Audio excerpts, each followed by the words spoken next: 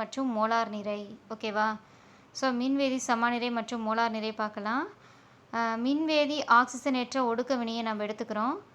Mn plus n electron gives ms m அப்படிங்கிறத எடுத்துக்கிறோம். இதில் ஆக்சிஜனேற்ற ஒடுக்க வினை.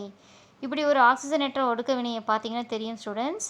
இந்த சமன்பாட்டில் ஒரு மோல் Mn ப்ளஸ் அயனி, ஒரு மோல் Mn ப்ளஸ் அயனியை ஒரு மோல் m உலோகமாக வீழ்படிவாக்குவதற்கு தேவையான எலக்ட்ரான்களுடைய எண்ணிக்கை எவ்வளவு அப்படின்னா, எலக்ட்ரான்களுடைய மோல்களின் எண்ணிக்கை எவ்வளவுனா n. ஒரு மோல் n ப்ளஸ் அயனியை உலோகமாக மாற்றுவதற்கு தேவைப்படும் எலக்ட்ரான்களுடைய எண்ணிக்கை எவ்வளவுனா n மோல். அப்படின்னா n மோல் தேவையான எலக்ட்ரான்களின் மோல்களின் எண்ணிக்கை என்னென்னா n. ஓகேவா? எஸ். ஸோ ஒரு மோல் Mn ப்ளஸ் அயனிகளை வீழ்படிவாக்க தேவைப்படும் மின்னோட்டம் n மோல் எலக்ட்ரான்களின் மின்சுமைக்கு சமம். ஓகேவா? எஸ். ஸோ ஒரு மோல் அப்படிங்கிறது எதுக்கு சமம் அப்படின்னா, ஒரு மோல் Mn ப்ளஸ் அயனிகளை வீழ்படிவாக்க தேவைப்படும் மின்னூட்டம் எதுக்கு சமம்னா n மோல் எலக்ட்ரான்களின் மின்சுமைக்கு சமம். ஓகேவா? ஸோ n மோல் எலக்ட்ரான்களின் மின்சுமை எவ்வளோனா n இன்ட்டு மின்சுமை ஃபேரடே. மின்சுமையின் அலகு இந்த இடத்துல ஃபேரடேயில் குறிப்பிடுறோம் NF. அப்போ ஒரு மோல் Mn ப்ளஸ் அயனியை வீழ்படிவாக்க தேவைப்படும் மின்னோட்டம் NF ஸ்டூடெண்ட்ஸ். இப்போ ஒரு கூலும் மின்னோட்டத்தினால் வீழ்படிவாக்கப்படும் பொருளின் நிறை, ஒரு கூலும் மின்னோட்டத்தினால் வீழ்படிவாக்கப்பட்ட பொருளின் நிறை பார்க்கலாம். அப்போது Mn ப்ளஸ் அயனியின் மின்வேதி சமநிறை ஈக்குவல் டு m இன் மோலார் நிறை டிவைடட் பை n இன்ட்டு NFன்னு வரும். இங்கே ஃபேரடே அப்படிங்கிறது 996,500 கூலும் இல்லையா ஸ்டூடெண்ட்ஸ்? அப்போது ஒரு ஃபேரடே இஸ் ஈக்குவல் டு ஒரு மோல், ஒரு Faraday is equal to 1 mole. 1 mole is equal to 96,500 coulomb இல்லையா? எஸ். ஒரு மோல் ஆஃப் எலக்ட்ரான், ஒரு mole electron equal to okay. அடுத்து 1 ஃபேரடே, 1 மோல் ஆஃப் எலக்ட்ரான்ங்கிறது ஒரு ஃபேரடேக்கு சமம். ஒரு ஃபேரடேங்கிறது 96,495 கூலும். அதை 95 ரவுண்ட் அப் பண்ணி 96,500 கூலும்னு சொல்லிடுறாங்க.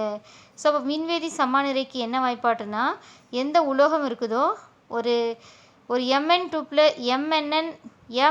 ப்ளஸின் மின்வேதி சமநிறை ஈக்குவல் டு m இன் மோலார் நிறை. நாம் கண்டுபிடிச்ச உலோகத்தினுடைய மோலார் நிறையை மேலே போட்டுக்கணும், கீழே n போடுறோம். nங்கிறது இடம்பெயர்ந்த எலக்ட்ரான்களின் எண்ணிக்கை. அதை எதால் பெருக்கிறோம்னா எஃப்பால் பெருக்கிறோம். எஃபோட மதிப்பு 96,500 கூலும். ஓகேவா? ஸோ Mn ப்ளஸ் அயனின் மின்வேதி சமநிறை ஈக்குவல் டு m இன் மோலார் நிறை டிவைடட் பை n. அல்லது இப்போ நமக்கு Z வேணும். Z is equal to m இன் சமநிறை டிவைடட் பை 96,500 கூலும். ஓகேவா ஸ்டூடெண்ட்ஸ்? ஸோ பாருங்கள், ரெண்டு ஃபார்முலாவையும் மெமரி பண்ணிக்கோங்க. ஸோ மின்வேதி சமநிறை ஈக்குவல் டு m இன் மோலார் நிறை divided by n into 96,500 coulomb. ஓகேவா? அப்போ Z இஸ் ஈக்குவல் டு இன்னொரு ஃபார்முலா இருக்குது. மின்வேதி சமநிறை Zக்கு இன்னொரு ஃபார்முலா. m இன் மோலார் நிறைக்கு பதிலாக m இன் சமநிறை போட்டு 96,500 வகுத்துடலாம். ஓகேவா? Yes students. மின்வேதி சமநிறை ஈக்குவல் டு m இன் மோலார் நிறை டிவைடட் பை n இன்ட்டு எஃபோட மதிப்பு 96,500 coulomb. So Z is equal to m இன் சமநிறை டிவைடட் பை 96,500. புரியுதா ஸ்டூடெண்ட்ஸ்? அடுத்து பாருங்கள். ஸோ நெக்ஸ்ட் நம்ம பார்க்குறது ஃபேரடேயின் இரண்டாம் விதி. ரொம்ப இம்பார்ட்டன்ட் ஸ்டூடெண்ட்ஸ். படத்தை பார்த்தீங்கன்னா புரியும். இதில் என்ன பண்ணியிருக்காங்க, 3 மின்பகுளி கரைசலை எடுத்துக்கிட்டாங்க. 3 மின்பகுளி கரைசல்கள் என்னென்ன? Nickel sulphate first one nickel sulphate, next one calcium sulphate, third one cobalt sulphate. 3 சல்ஃபேட்டுகளை எடுத்துட்டு ஓகேவா, எல்லாத்துலேயும் மின்முனை, நேர்மின்முனை, எதிர்மின்முனை அப்படின்னு 3லையும் நிரப்பிட்டாங்க, வச்சுட்டாங்க. ஸோ இப்போ என்ன ஆகுது, அதே மூலம் பேட்டரி மூலம் இணைச்சு RH இணைப்பி மின்தடை இணைப்பு பொறி இதெல்லாம் இணைச்சாச்சு. இங்கே ஏங்கிறது அம்மீட்டர், அதுவும் இணைச்சிட்டோம். இப்போ பார்த்திங்கன்னா 3 மின்பகுளியின் வழியே ஒரே அளவு மின்னோட்டத்தை இந்த 3 மின்பகுளியின் வழியே நாம் மின்பகுளி கரைசலின் வழியே செலுத்துகிறோம். ஸோ இப்படி ஒரே அளவு மின்னோட்டம் சப்போஸ் 5 கூலும் அப்படின்னு இருந்தால் 5 கூலும் மின்னோட்டத்தை இது வழியாக செலுத்துகிறோம் அப்படின்னா ஒரே அளவு மின்னோட்டம் எல்லாத்துக்குமே 5 கூலும் தான். ஓகேவா? ஒரே அளவு மின்னோட்டத்தை வெவ்வேறு மின்பகுளி கரைசல் வழியே செலுத்தும் போது ஓகேவா மின்முனையில் விடுவிக்கப்பட்ட பொருளின் நிறையானது பொருளின் அளவானது அவற்றின் மின்வேதி சமானங்களுக்கு சமமாக இருக்கும். ஓகேவா? இதுதான் ஃபாரடேவின் இரண்டாம் விதி. ஃபாரடேவின் இரண்டாம் விதி நல்லா தரவாக படிச்சுக்கோங்க ஸ்டூடெண்ட்ஸ். ஸோ படத்துக்கு கீழே ஃபஸ்ட்டு பேரா ஒரே அளவு மின்னோட்டத்தை வெவ்வேறு மின்பகுளி கரைசல் வழியே செலுத்தும் போது மின்முனையில் விடுவிக்கப்பட்ட பொருளின் அளவானது பொருளின் அளவு m ஆனது அதன் மின்வேதி சமநிலைக்கு நேர்விகிதத்தில் இருக்கும். ஓகேவா? எஸ், புரியுதா ஸ்டூடெண்ட்ஸ்? ஓகே ஸ்டூடெண்ட்ஸ், இந்த மாதிரி 3 மின்பகுளி கரைசல் வழியே ஒரே அளவு மின்னோட்டத்தை செலுத்தும் போது மின்பகுளி கரைசல்களில் படியும் மின்பகுளி கரைசல் உள்ள மின்முனைகளில் படியும் பொருளின் நிறை m ஆனது அதன் வழியே பாயும் மின்னோட்டத்திற்கு நேர்த்தகவில் இருக்கும். m directly proportional to அதன் வழியே பாயும் மின்னோட்டத்திற்கு நேர்த்தகவில் இருக்கும். m directly proportional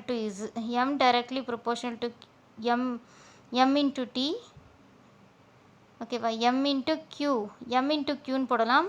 m directly proportional to q. ஓகேவா? எஸ், மேலே பாருங்கள் ஃபாரடேயின் முதல் விதி m directly proportional to q. ஓகேவா? ஸோ அதான் சொல்லியிருக்காங்க. வெவ்வேறு மின்பகுளி கரைசல் வழியே ஒரே அளவு மின்னோட்டத்தை செலுத்துகிறோம்.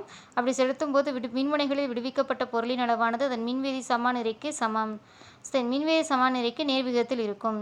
So m directly proportional to z. So இங்கே டிசி மின்மூலத்துடன் தொடர் இணைப்பில் இணைச்சிருக்கிறோம். இந்த 3 மின்பகலங்களை படத்தில் பாருங்கள். ஒவ்வொரு மின்கலமும் வெவ்வேறு மின்பகுளி முறையே nickel sulphate, copper sulphate, cobalt சல்ஃபேட்னு இருக்குது. இந்த கரைசல்கள் நிரப்பப்பட்டிருக்கு. இதில் கூலுங்கிற மின்னோட்டத்தை மின்பகுப்பு கலனின் வழியே செலுத்துகிறோம். அப்படி செலுத்தும் போது அந்தந்த முனைகளில் விடுவிக்கப்பட்ட உலோகங்கள் அந்தந்த எதிர்மின் வாயில் படியும். ஸோ விடுவிக்கப்பட்ட உலோகம் நிக்கல் சல்ஃபேட்டில் நிக்கல், அடுத்து காப்பர் சல்ஃபேட்டில் காப்பர், அடுத்து கோபால்ட் சல்ஃபேட்டில் கோபால்ட். புரியுதா ஸ்டூடெண்ட்ஸ்? ஸோ அப்போ என்ன சொல்லியிருக்காங்க அப்படின்னா, இந்த 3 மின்பகுளி கரைசல் வழியே வெவ்வேறு மின்பகுளி கரைசல் வழியே ஒரே அளவு மின்னோட்டத்தை செலுத்தும் போது மின்முனையில் படியும் பொருளின் நிறையானது அதன் வழியே பாயும் மின்னூட்டம் q-க்கு நேர்த்தகவில் இருக்கும். So q = I into t. So அடுத்து நம்ம என்ன பண்ணோம் அப்படின்னா, எஸ் பாருங்கள் ஸ்டூடெண்ட்ஸ், அப்போ m directly proportional to q, m is equal to z into I into t, ஐயும் tயும் ஒன்று, அப்போ m is equal to z இல்லையா? இது வந்து முதல் விதி. பட் ஆனால் இங்கே பார்த்தீங்கன்னா ஒரே அளவு மின்னோட்டத்தை மின்பகுளி கரைசல் வழியே செலுத்தும் போது மின்முனையில் விடுவிக்கப்படும் பொருளின் அளவானது அதன் மின்வேதி சமானங்களுக்கு நேர்த்தகவில் இருக்கும். அப்போ ஆன்சர் பார்த்தீங்கன்னா m directly proportional to மின்வேதி சமநிலை z. ஓகேவா? m directly proportional to z. ஓகேவா? ஸோ இப்போ கூலும் மின்னோட்டத்தை இந்த 3 மின்பகுப்பு கலனின் வழியே செலுத்தும் போது அந்தந்த முன்முனைகளில் விடுவிக்கப்பட்ட உலோகங்கள் ஃபஸ்ட் இதில் நிக்கல் உலோகம் விடுவிக்கப்படும், செகண்ட் கலனில் காப்பர், தேர்டு கலனில் கோபால்ட் ஆகியவை என்ன ஆகும்னா ஆகியவற்றினுடைய நிறைகள் வந்து பார்த்திங்கன்னா mni. இதனுடைய நிறைகளை எப்படி குறிக்கலாம் அப்படின்னா mni, mcu, mcoன்னு பிரிக்கலாம். இது ஃபாரடே இரண்டாம் விதியின்படி mi is directly proportional to z nickel. So நிக்கலோட நிறை அப்படிங்கிறது மின்வேதி சமானத்துக்கு நேர்த்தகவில் இருக்கும். அதே காப்பருக்கு போட்டிங்கன்னா காப்பரினுடைய நிறையானது அதன் m directly proportional to z copper. So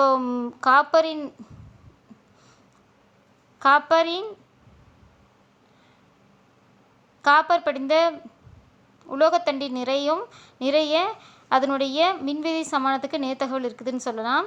mcu directly proportional to zcu. அடுத்து வந்து பாருங்கள் ஸ்டூடெண்ட்ஸ், அடுத்து m cobalt is directly proportional to z cobalt. ஓகேவா? S.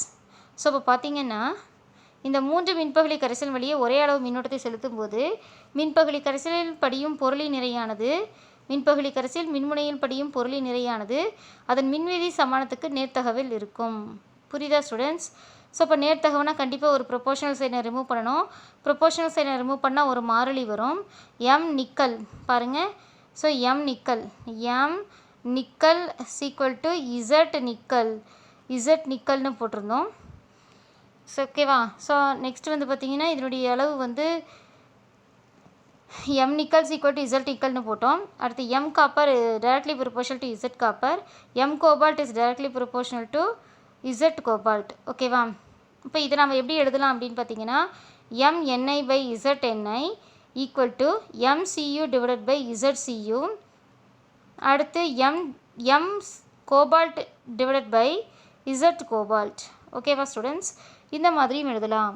M directly proportional to Z நிக்கலுக்கு காப்பருக்கு கோபால்ட்டுக்கு தனியாக போட்டுக்கலாம். அல்லது M nickel divided by Z nickel equal to M copper divided by Z copper equal to M cobalt divided by Z cobalt. ஓகேவா students. புரியுதா?